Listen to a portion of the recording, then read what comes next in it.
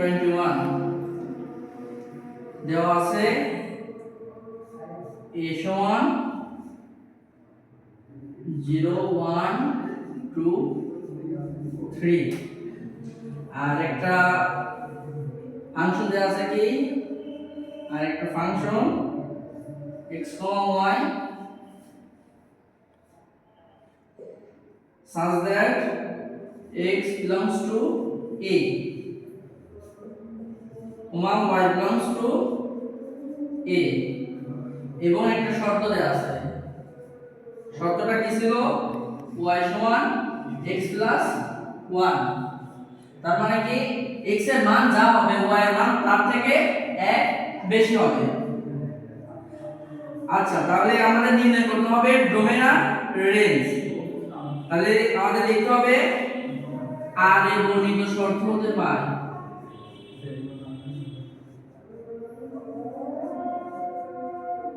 শর্ত হতে পারে এখন কি পাই এই যে একটা আমাদের শর্ত দেয়া ছিল এই শর্তটা আমরা পাই y x 1 অর্থাৎ x এর মান যা হবে y এর মান তার থেকে 1 বেশি হবে আচ্ছা এখন প্রত্যেক x belongs to a এর জন্য নিচের সবটি পূরণ করি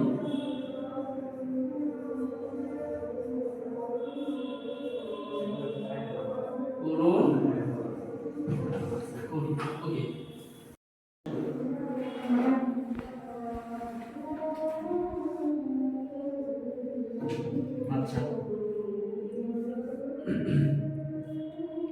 আচ্ছা x এর মান আমাদের কত কত আছে 0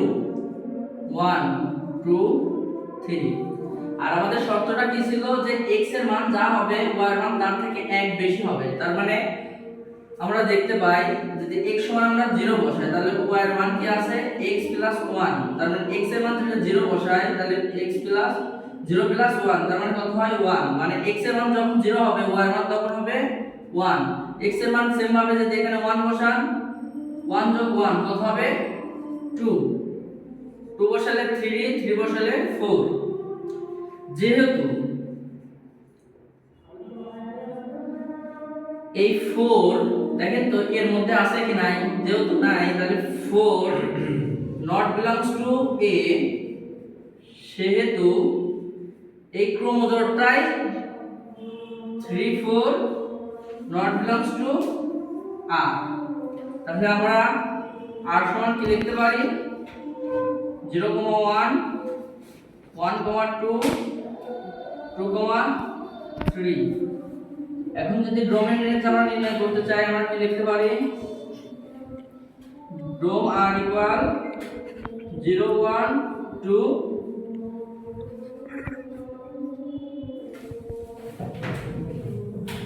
রেঞ্জ r equal 1 to 3 এটা আমাদের